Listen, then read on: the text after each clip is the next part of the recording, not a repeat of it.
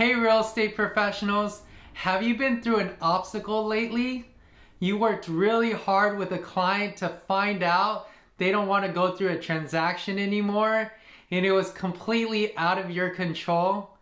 This is week 77 of my journey and I'm so glad you're here. In this video, I'm going to share with you 7 ways to power through any obstacles.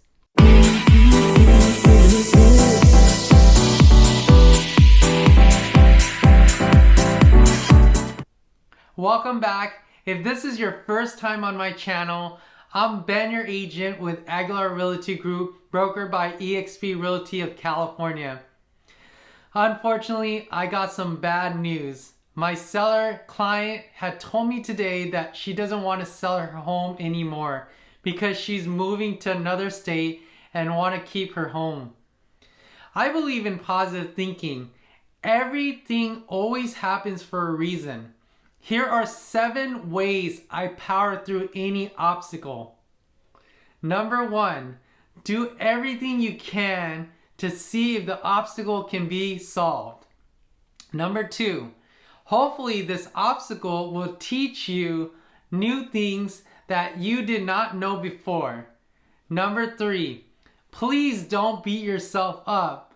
I tell myself every no gets you closer to a yes. And number 4, every obstacle makes you more knowledgeable. Number 5, in order to get to the end of any sale, there will always be some kind of obstacle. And number 6, no matter the obstacle, stay patient. There will be less mistakes you make.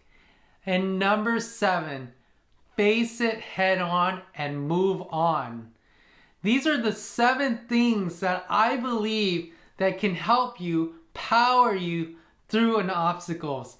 If this helped you out, go ahead and like the video, share it to a friend, and if you have any questions about real estate or have a referral, please contact me. My info is in the description.